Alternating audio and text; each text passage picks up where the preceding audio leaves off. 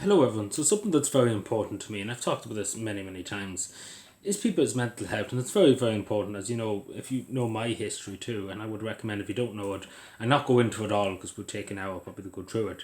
But there's many videos talking about it. But I'm very passionate about it because, as when I was younger, I did go to a mental health institution. It was called Lindow. It's Cherry Orchard Hospital up in Ballyfermot there in Dublin. And that's not too long ago. That's not many moons ago. It's about 2018 or so. It was in pretty bad shape that time. And of course, the list was endless. Like, the list was endless. There was about maybe 400 people in front of me. But to put it lightly, I was that bad that them 400 people, I was basically accelerated the list because it was that bad. And just that just goes to show you how bad it was when I was literally put before hundreds of people.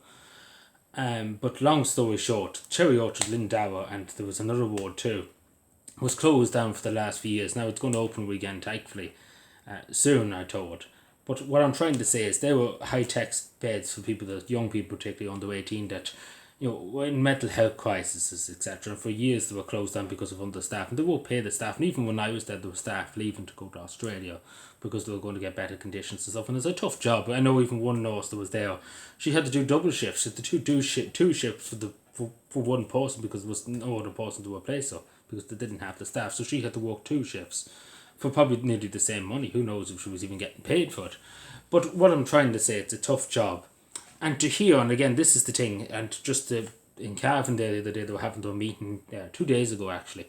And I didn't know how bad it was, but until I heard it, there was only 50 beds in the country for young people that experience mental health troubles, etc., suicide, etc., suicide or self-harm, etc. In a lot of cases, these young people end up in hospital wards, sometimes in adult wards too, because there's simply no place. And even when I was younger too, when I go through that difficult time, etc., like I was left in a hospital ward and only children's ward, if that makes sense, of under 18s, etc. Because there was no mental health facility in Cavan, etc. No mental health beds, CAMS beds is the ward. In Cavan they put me into, and that's why they sent me up to Dublin to them. Or, but Cherry Orchard is a great hospital. It was great for young people and stuff, a great facility. But it's unfortunate they built this facility, they spent thousands, millions actually, sorry. And it's a great facility, they had their own school there too. But this is the thing, there was they won't pay the staff, so it was that. And these are vital people. And you know yourself, I've talked about this many, many times in Cavan, and all the people in Cavan know it's something it's kind of broken a lot of people in Cavan that we met. That so many young people the last few years have committed suicide and stuff due to bullying, due to other stuff. And it's desperate stuff. And these are young people, not even 18 and stuff, it's desperate. It's desperate, really, really is desperate. And to see Mary Butler, the Minister for Mental Health, even so sad, a voluntary organisation in Cavan, was going to close down. Thankfully, they did get their funding, but they were going to close down because they wouldn't give them the emergency funding that were promised by Mary Butler. And of course, in Cavan, the CAMS unit, and I was in CAMS myself, there's a CAMS unit, it's not that big of a unit in Cavan, like the people that are there in CAMS, the Mental Health HSE. And there was only maybe 4 or 5 of them for the whole of the county, and at the moment in time as we speak, it's 5 months of a waiting list just to be seen, not even to be given medication or anything. It's 5 months just to be seen to in Cavan. So a lot of people go to the voluntary organisations, so sad, which do great work. Like, so CAMS is a joke, it really, really is, and I don't blame the people that's in it, but the organisation itself, they don't employ enough people, they don't pay enough people, first of all. There's too many people at the top of CAMS to sit down and do nothing, and they're good for nothing too. And we're seeing even in Kerry, take for example, there's so many, and even myself too, I was probably had the same situations to be young people in Kerry. I think there's 130 or so that's young people. They were left on tablets for years when they shouldn't have been on the tablets. And take for example, I was given tablets by CAMS, etc. And it was left on probably for a few more months than it should have been on, to be totally honest. And people said that. And there was a big hullabaloo about that too. When I went up to Dublin before I went that time, it was on it for a month and it was only recommended for a week or two to be left on the tablets. So it was left on it for an extra few weeks.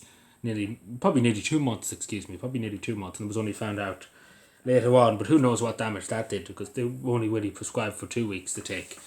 And it probably overtook them too, because it was said it's a long story about that, but that did happen in CAMS and Kerry, down in Kerry.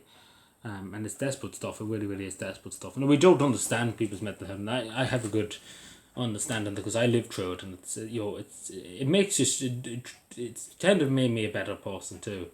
And you do get a great understanding. I think that's all. We hear politicians say, "Oh, I understand," and stuff. I understand all this, but really they don't. To be totally honest, really they don't. I don't even think my TDs here understand it, but I lived through it, and I understand because I have the experience. I've seen it myself. I've seen people. It's the desperate stuff. Of course, things do change over the years, but that's not too many moons ago, as I say. But my main point is that instead of 50 beds, there should be 200 beds probably in this country, especially because they have the money. It's not like they don't have the money. It'd be different if we were sitting here saying they have no money at all whatsoever to spend on anything. But they have literally hundreds of millions, billions, just lying around, and they won't use it. They give it to the politicians, they give it to Timbuktu, but they won't give it to the young Irish people suffering. Because it is difficult, and we have to understand this too. It isn't a difficult world out there. There's so much pressure on young people nowadays to try and succeed, and especially with the economic situation, the house, and etc. It's not easy. And when you're at school too, tests and stuff, it's not easy. And then social media nowadays, it's just not easy. It's just a far different world than what we used to years ago. And years ago, and just to say, the old thing was get up and get on with it. But years ago, people lived miserable lives, and I've seen that myself. The people lived miserable lives, never spoke about their suffering. They could have lost children. There could have been accidents. They could have been abused by the church. They could have been abused by many people. And they said nothing. They sat there and went to the grave saying nothing, living in misery, because they never spoke about how they felt and what they felt inside. Because you can never see what people feel inside, and that's just a sad thing. It really, really is just a sad thing that we can't tell what somebody's thinking inside. And how bad they are inside too. Like how mentally distressed they are inside. Like it's so devastating to see that, but we can never tell, and that's just a sad thing. But the resources should be there. Really, really should be there. Like, this is 2026 Ireland, not 1926 Ireland, when the Irish Free State had literally no money. The Irish Free State had no money in 1926. It was just founded, and had no money whatsoever. They had literally nothing had no pennies to rub together. Basically, what tried to the Irish State in 1926. Because it was only founded in obviously the Civil War, etc. They didn't really have economic stability, let's put it that way.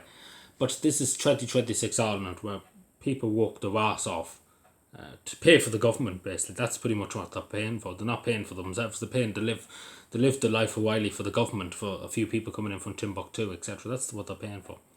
But anyway, as I say, it's desperate stuff, but it really should, and we have to talk about this more, mental health beds for young people, because they do need it. I do think there should be 200 at least. 50 is not good enough. Even like, as I said, with Lindow and Cherry Orchard and stuff, the hospital up there, for young people to struggle, there was only maybe 20 beds, up in the 23 beds. And it's desperate stuff. It really is desperate, and we do need to solve it, because God only knows how many young people are taking their lives. By just waiting for support, waiting for help. And it's desperate. It really, really is desperate. And we see the hopelessness of so many young people like that in that situation, that nobody's listening, nobody cares. And it's about making people know that people do care. There's people out there that do care and want to help you and stuff. And that's about getting that message out too. But the state doesn't seem to care about that, and that's just the thing. Anyway, let me know. Thank you.